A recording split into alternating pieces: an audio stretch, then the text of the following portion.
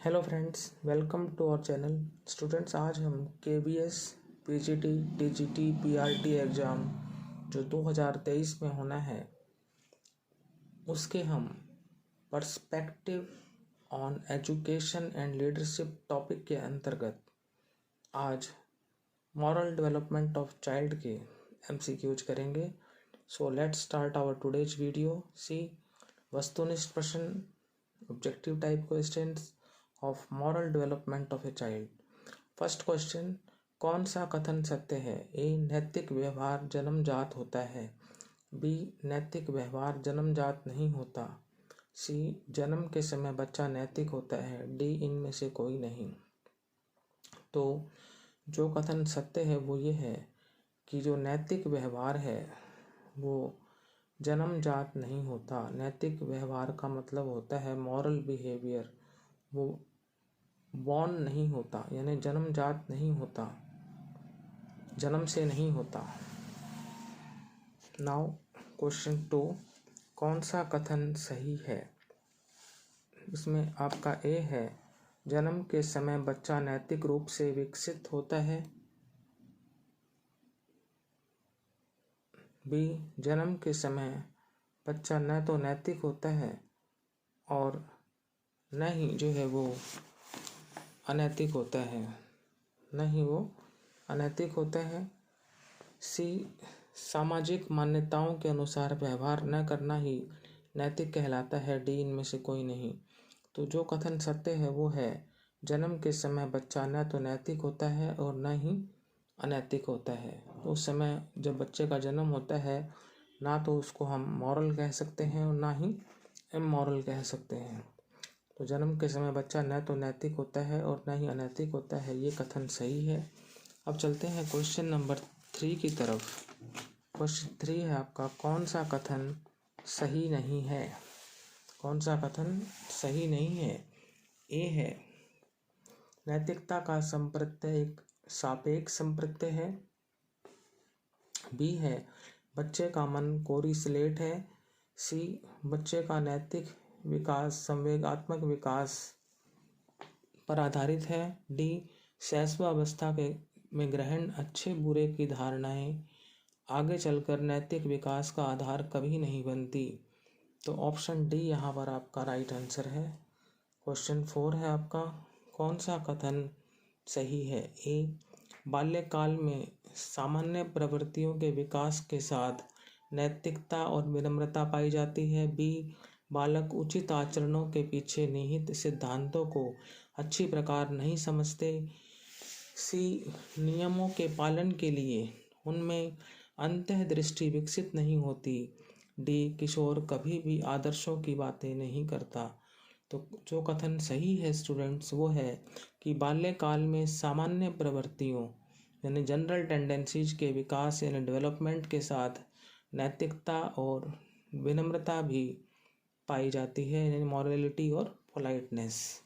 ये आपका कथन सही है। अब चलते हैं 5वें के ऊपर, उचित आचरणों के पीछे निहित सिद्धांतों को समझना तथा नियमों के पालन में विद्यार्थियों में अंतर्दृष्टि का विकसित होना तथा हर समय आदर्शों की बातें करना किशोरावस्था में नैतिक विकास की ओर संकेत करता है। इस कथन से ए सहमत है, बी असहमत है, सी अनिश्चित और डी इनमें से कोई नहीं।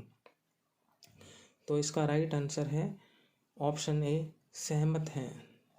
क्वेश्चन 6 पर चलते हैं।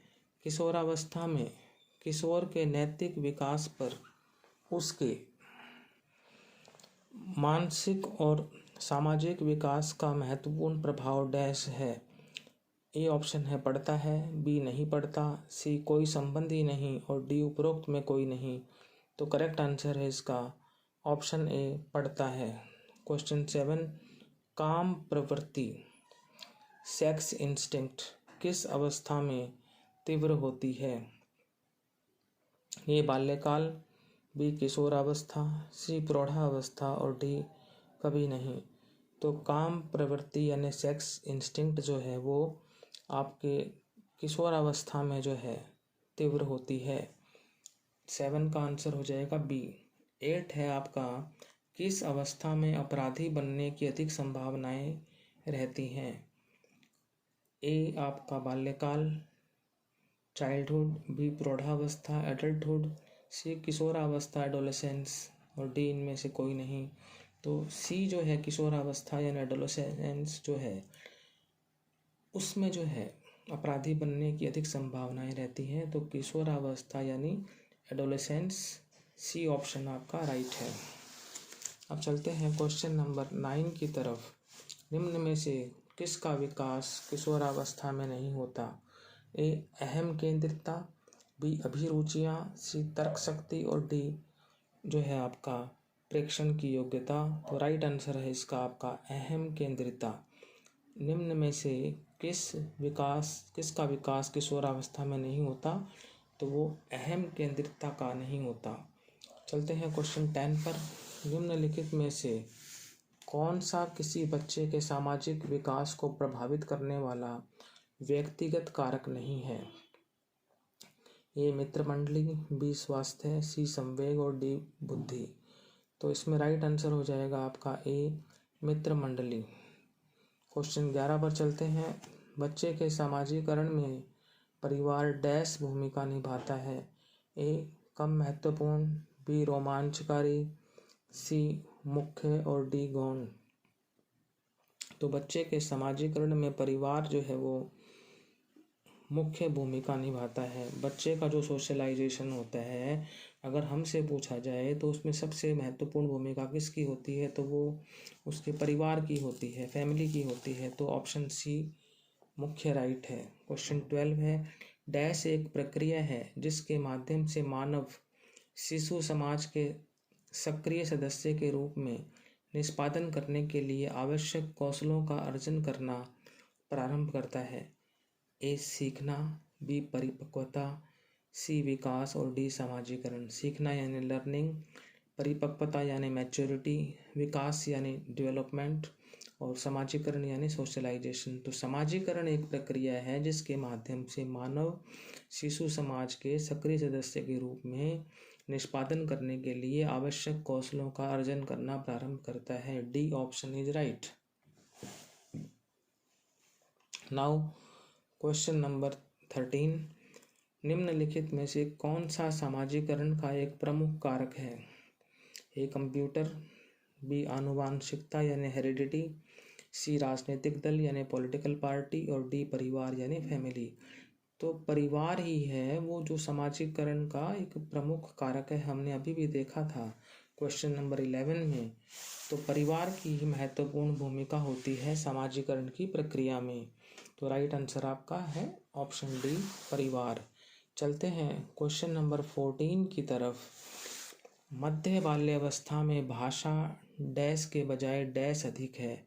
ए समाजीकृत, समाजीकृत, बी जीववादी, समाजीकृत, सी परिपक्व, अपरिपक्व, डी अहम केंद्रित और समाजीकृत।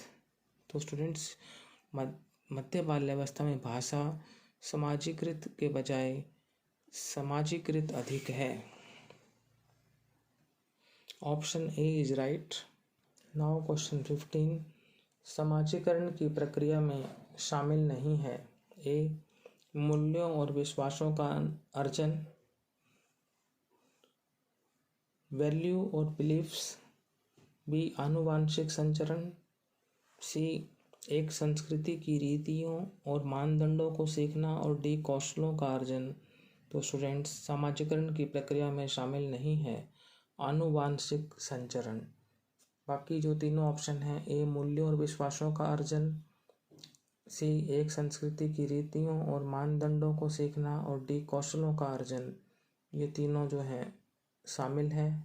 बी ऑप्शन जो है आनुवांशिक संचरण जो है वो समाजीकरण की प्रक्रिया में शामिल नहीं है। तो स्टूडेंट्स हमने जो है KVS, PGT, TGT और PRT के लिए perspectives on education and leadership topic के अंतर्गत कई वीडियो जो हैं चैनल पर डाले हैं। यदि आपको ये वीडियोज़ अच्छे लगते हैं तो हम इस कड़ी में और वीडियोज़ डालेंगे। यदि आपको ये मॉरल डेवलपमेंट ऑफ चाइल्ड का वीडियो पसंद आया तो इस वीडियो को लाइक करें, शेयर करें, चैनल को सब्सक्राइब करें। Thank you.